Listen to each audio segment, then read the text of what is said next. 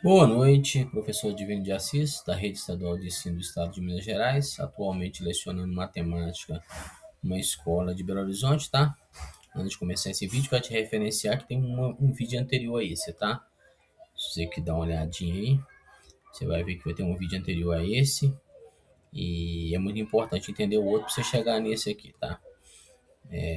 Hoje nós vamos continuar a aula a segunda parte dos 4 perfis financeiros, né?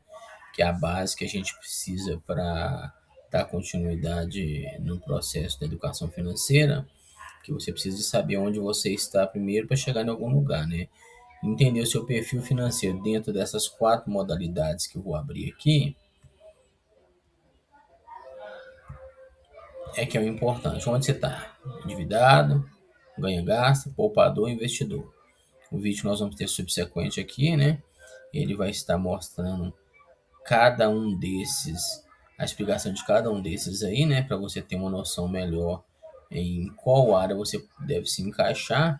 E de antemão eu já quero até deixar aqui um versículo bíblico que eu acho que ilustra bastante essas nossas aulas.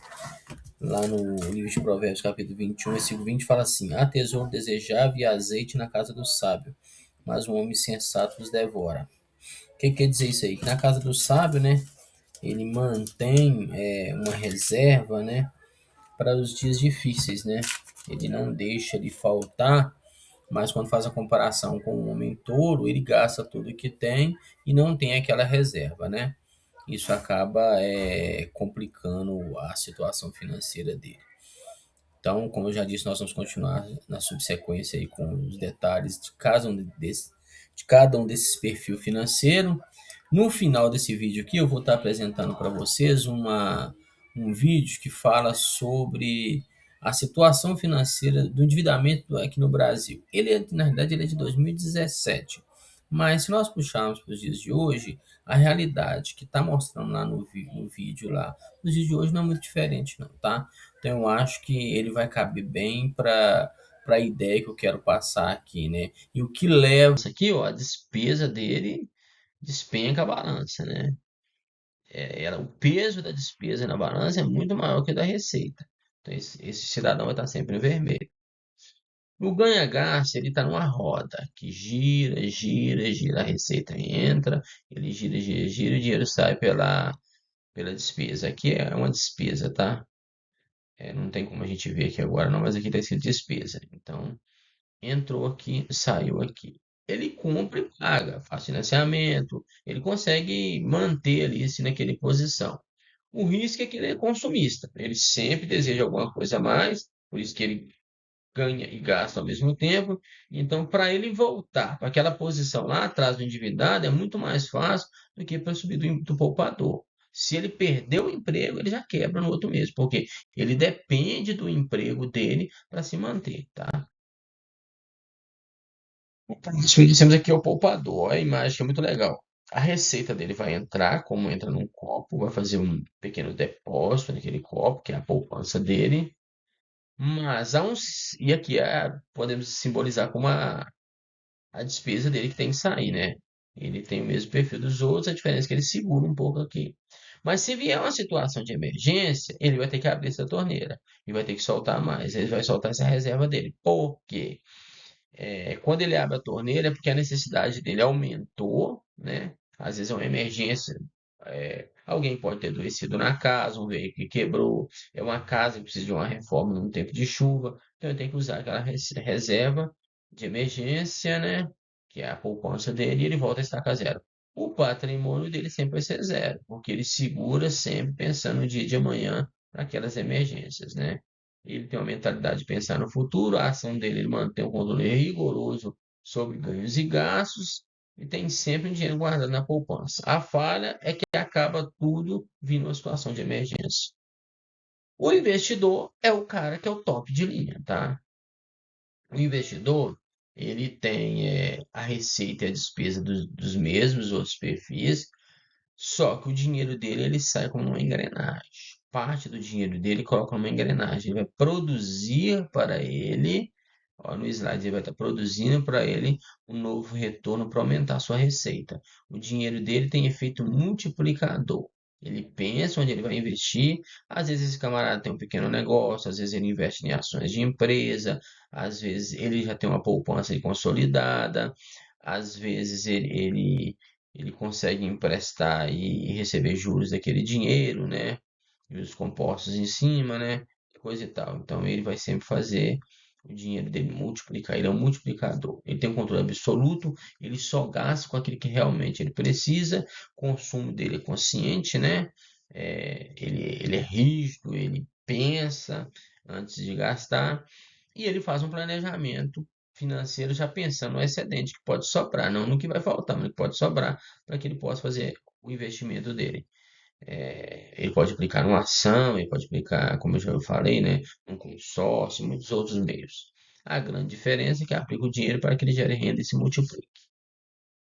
Aqui é é o diagnóstico completo, né, onde você está. Se você vai no médico, por exemplo, para ver sua saúde, o doutor não. Primeiro ele tem que fazer um diagnóstico, né, dos seus problemas, ver o que que você está passando, para depois te dar uma receita, né? A vida financeira é assim também. A gente tem que fazer um diagnóstico. E esse diagnóstico tem que ser rígido, tá? A gente não pode ser algo maquiador, não. Você tem que colocar a real situação sua, independente de quando você deve no orçamento, que a gente vai ver isso na próxima fase do curso, né?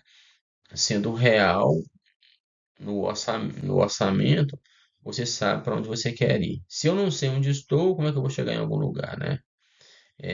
Aí vai ter as fases aqui, né? Dimensão, a mentalidade de cada um dos indivíduos, que nós até falamos lá atrás. A ação que cada um tem que fazer, né? Cada um faz, né? E o resultado final que cada um vai ter dependendo da situação que ele atuar, né? Que nós já falamos lá na- na- lá no início lá, com as fases de cada um. O investidor, ele é o único perfil que alcança a independência financeira. Porque o objetivo dele não é só ter dinheiro, é ter uma liberdade de escolha. Eu quero até dar um exemplo de um tio meu, que ele trabalhou lá no Espírito Santo, né? Até aposentar, muito fazendo navios, essas coisas assim. E o que que ele fazia com o dinheiro dele? Minha tia também trabalhava como professora, né? Ela até uma das que me incentivou para essa área também, né? Me deu como exemplo. Eles pegavam o dinheiro deles e iam construindo os barracões para alugar, né? Parece que no quarteirão lá tem 3 lotes, todos eles com barracões, muito bem estruturado, né? Aí eles compraram esses lotes, investiram lá, e eles hoje têm uma vida financeira tranquila, uma independência financeira bem tranquila, entendeu? Ele até me contou um dia que que ele já mudou o slide aqui, mas vamos continuar aqui. Ele me contou que ele tinha um Corolla praticamente novo, de 4 anos de uso, e o filho dele, tipo, chamou eles, né, pra dar uma olhada num carro novo. E ele foi lá só pra dar uma olhada. Quando chegou lá, acabou que saiu com outro Corolla novinho, mas só que a cor que era diferente. Influenciado pelo filho. Aí dizer, pô, arrependi, cara. Eu entrei lá pra olhar, acabou que você foi com um carro novo, e o meu também era novo. Mas isso pra ele não fez muita diferença, não, que ele poderia fazer essa escolha, entendeu? Talvez foi um momento ali de fraqueza que ele acabou fazendo. Ele tinha condições, ele tinha essa liberdade financeira para fazer isso, entendeu? Tá, qual que é o caminho para mudança? Que é a nossa fase que nós vamos ver lá mais lá para frente. O endividado ele tem que traçar metas para sair do vermelho. Um orçamento bem consolidado, bem realista, ajudaria bastante. O ganha e gasta, ele tem que rever conceitos, né? Porque esse cara aqui, ele gosta muito de estar ali gastando, ele gosta muito do status, e isso pode atrapalhar a vida dele também, né? Então tem que ver conceito de gasto para ele subir para o nível do poupador, né? E não voltar para o nível do endividado. O poupador ele tem que aprender a multiplicar. Ele tem até uma reservazinha, mas se não aprender a multiplicar, ele nunca vai chegar a ser um investidor. A diferença está aqui, ó. A multiplicação que o investidor faz com o dinheiro e o poupador segura para ele não gastar, entendeu? Olha, 4 em cada 10 brasileiros perderam totalmente o controle sobre as próprias dívidas. Mal, hein? Pois é, José, não sabem nem o valor sequer. A conclusão é de um estudo feito pelo Serviço de Proteção ao Crédito. No bar, o Raí não vende fiado, mas compra fiado. E é por causa do que ele não pagou que o telefone não para de tocar. É cobrança, tá vendo? Há 3 anos investiu R$10 mil no bar, perdeu o emprego e não conseguiu pagar o empréstimo no banco. Você pega 10 mil, tá aí 45 mil, é um absurdo, né? Quase metade dos brasileiros estão na mesma situação. Uma pesquisa do SPC Brasil mostrou que 43% dos endividados sequer sabem ao certo quanto devem. Especialmente os cartões são dívidas que se capitalizam a taxas de juros muito elevadas. Então uma dívida de R$1.000 no final de um ano, ela pode ultrapassar os R$5.000. Por estar muito distante de suas possibilidades de pagar essa dívida, ela simplesmente para de se preocupar.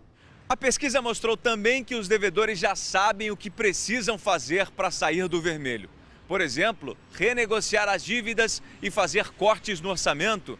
Mas antes de seguir qualquer estratégia, é preciso primeiro conhecer o tamanho do problema. Se a pessoa não sabe nem o valor da sua própria dívida, ela não tem nem elementos suficientes para ou fazer um acordo com esse credor ou se planejar para conseguir sair da situação. Quem já passou por isso avisa. Você até pode não se lembrar de quanto deve. Mas o banco não deixa a gente esquecer, né? Ele está sempre ligando. Atitudes extremas podem ser a solução. Eu acho que quebrar o cartão de crédito seria bastante interessante. Até aprender a usar. Até aprender a usar. Olha, 4 em cada 10 brasileiros perderam totalmente o controle sobre as próprias dívidas. Mal, hein? Pois é, José, não sabem nem o valor sequer. A conclusão é de um estudo feito pelo Serviço de Proteção ao Crédito. No bar, o Raí não vende fiado, mas compra fiado. E é por causa do que ele não pagou que o telefone não para de tocar. É cobrança, tá vendo? Há 3 anos investiu R$10 mil no bar, perdeu o emprego e não conseguiu pagar o empréstimo no banco. Você pega 10 mil, tá aí 45 mil, é um absurdo, né? Quase metade dos brasileiros estão na mesma situação. Uma pesquisa do SPC Brasil mostrou que 43% dos endividados sequer sabem ao certo quanto devem. Especialmente os cartões são dívidas que se capitalizam a taxas de juros muito elevadas. Então uma dívida de R$1.000 no final de um ano, ela pode ultrapassar os R$5.000. Por estar muito distante de suas possibilidades de pagar essa dívida, ela simplesmente para de se preocupar. A pesquisa mostrou também que os devedores já sabem o que precisam fazer para sair do vermelho.